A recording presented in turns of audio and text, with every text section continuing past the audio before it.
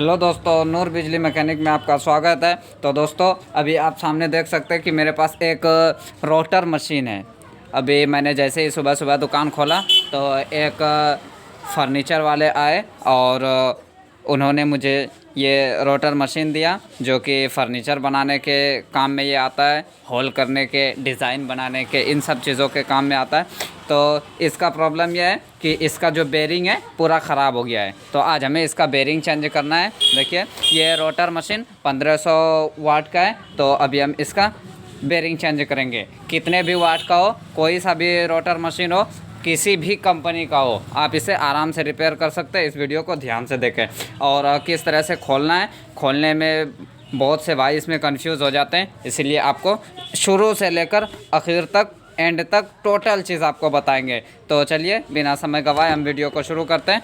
तो सबसे पहले आपको ये आगे का जो पल्ला है इसे पहले खोलना है। इसको खोलने के लिए यहाँ पे आपको नट लगा हुआ दिख रहा होगा, तो इसको रेंच की मदद से खोल लेते हैं।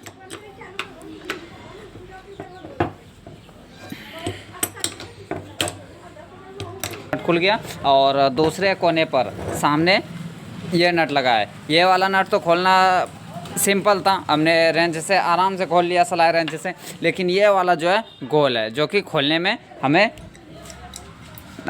खोलने में थोड़ी दिक्कत हो रही है। तो पहले ये जो बड़ा वाला आगे साइड नट है, पहले हम इसको लूज़ कर लेंगे।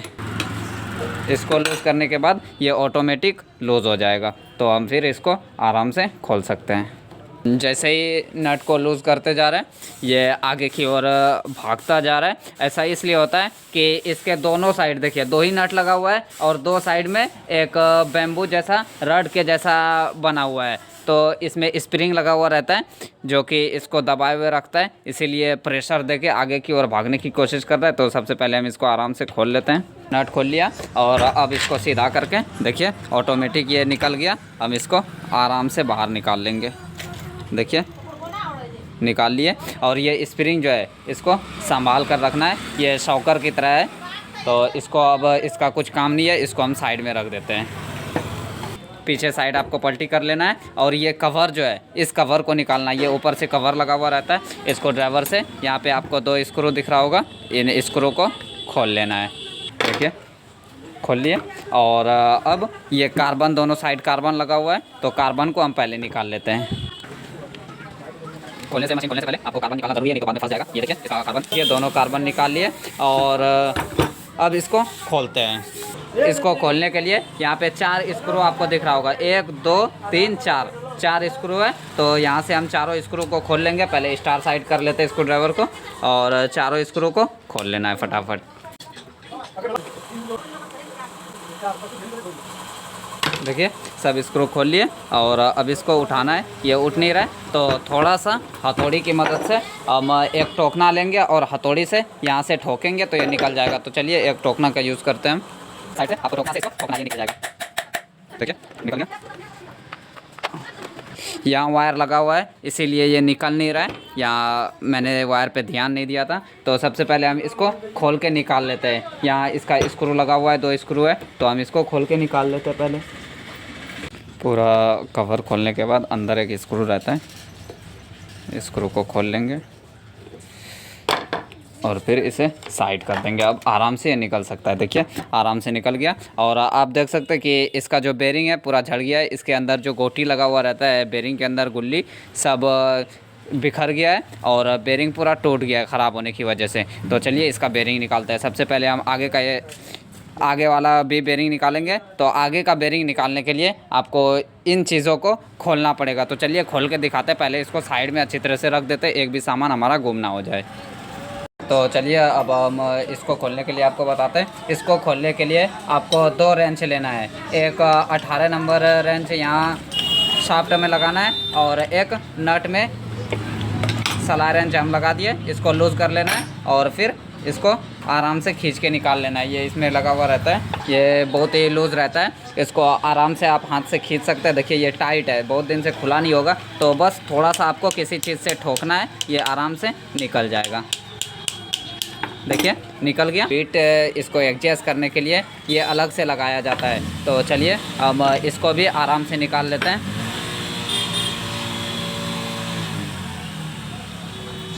देखिए ये निकल रहा है। तो चलिए हम इसको निकाल लेते हैं खींच के। ये देखिए ये निकल गया। और अब दूसरा वाला आप पूरा नट बाहर निकालेंगे तो ये निकल जाएगा। और इसको ज़मीन पर इस तरह से ठोकेंगे तो ये बेरिंग बाहर निकल जाएगा। तो चलिए ठोक के निकाल लेते हैं।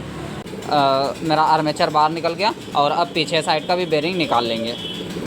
तो चलिए अब पीछे का बेरिंग निकालते हैं। पीछे का बेरिंग पुलर से आराम से निकल जाएगा। तो हम पुलर का यूज़ कर रहे हैं। अगर आपके पास पुलर है तो आप पुलर से निकाल सकते हैं, या फिर पुलर आपके पास नहीं है तो आप एक स्क्रू ड्राइवर और हथौड़ी लेकर इसे निकाल सकते हैं ठोक के आराम से। उस तरह से भी निकल जाएगा। तो चलिए हम इसको पहले निकाल लेते हैं। बेरिंग तो मेरा दोनों निकल गया आर्मेचर से। तो आर्मेचर को अब रखते हैं साइड में।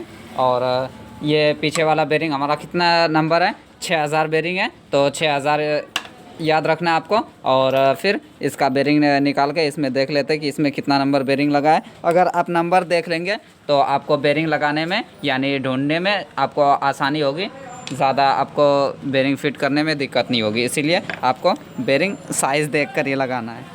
आगे साइड का बेरिंग हमारा सही है, बेरिंग हमें चेंज करने की ज़रूरत नहीं है। आगे का सिर्फ हम आपको बता देते हैं कि 6004 नंबर इसमें बेरिंग लगा हुआ है। अगर आपका आगे का बेरिंग ख़राब है तो आप आगे का भी बेरिंग इसमें लगा सकते हैं नया। तो मैंने आपको टोटल बता ही दिया कि किस तरह से बेरिंग चेंज करना है। आपको देख लेना है कि आपका बेरिंग ख़राब है या फिर सही। मेरा आगे का बेरिंग सही है तो मैं आगे का चेंज नहीं करने वाला हूँ। अगर आपका ख़राब है तो आगे साइड से आप जैसे ही किसी भी टोकना से या किसी चीज़ से ठोकेंगे तो इस साइड से पीछे साइड से बेरिंग आराम से निकल जाएगा। तो चलिए हम इसको ऐसे ही रखते हैं और इसको साफ़ करके सिर्फ लगा देते हैं। और पीछे वाला बेरिंग सिर्फ हम नया लगाएंगे। तो देखिए मैंने नया बेरिंग ले लिया है। ये HCH का बेरिंग है। मैंने इसका पहले ही थैली फाड़ दिया है। HCH का बेरिंग अच्छा होता है। तो चलिए हम इसमें ठोक देते हैं।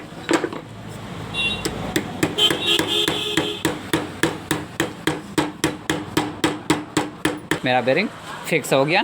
तो चलिए अब हम उसी तरह से जिस तरह से हमने खोला था इसको सेम उसी तरह से सेट करना है।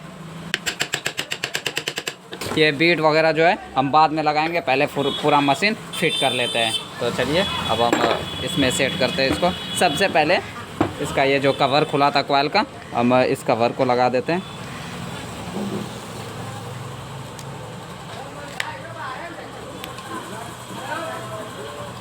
जिस तरह से हमने पूरा मशीन खोला सेम उसी तरह से सेट करना है। सेट करने में कोई दिक्कत नहीं है। तो चलिए हम सेट करके पूरा दिखाते हैं। सेट करते समय आपको कुछ चीज़ों का ध्यान रखना है, जैसे कि आपको होल टू होल मिला लेना है। और फिर आपको ये देखना है कि ये हमारा कहाँ पे लगा हुआ था, यहाँ पे लगा था। और आपको फिर इसके बाद होल मिलाना है।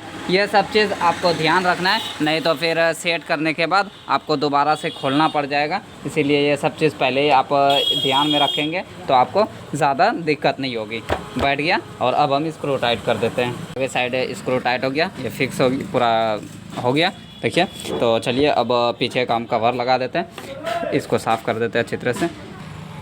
देखिए हमारा पूरा मशीन फिट हो गया, पूरा रिपेयर होके कंप्लीट हो गया। तो चलिए अब आपको चेक करके इसे दिखाते हैं। मैंने लगा दिया है। देखिए मशीन चलने लगा और अब बेहतर आवाज़ कर रहा है। ज़्यादा आवाज़ भी नहीं कर रहा है मशीन, जितना आवाज़ करना चाहिए नए में जितना करता था उतना ही कर रहा है। तो उम्मीद है वीडियो आपको पसंद आया होगा और आपको अच्छी तरह से समझ में आ गया होगा कि ये रोटर मशीन किस तरह से रिपेयर किया जाता है। अगर आप हमारे चैनल पर नए हैं तो चैनल को सब्सक्राइब करें, वीडियो पसंद आए तो लाइक करें और अपने दोस्तों तक ज़रूर शेयर करें। और किसी भी तरह का आपको प्रॉब्लम हो या फिर कहीं पे अगर आपको कोई डाउट हो तो आप हमारे कमेंट बॉक्स में पूछ सकते हैं। तो मिलते हैं अगली वीडियो में, तब तक के लिए धन्यवाद।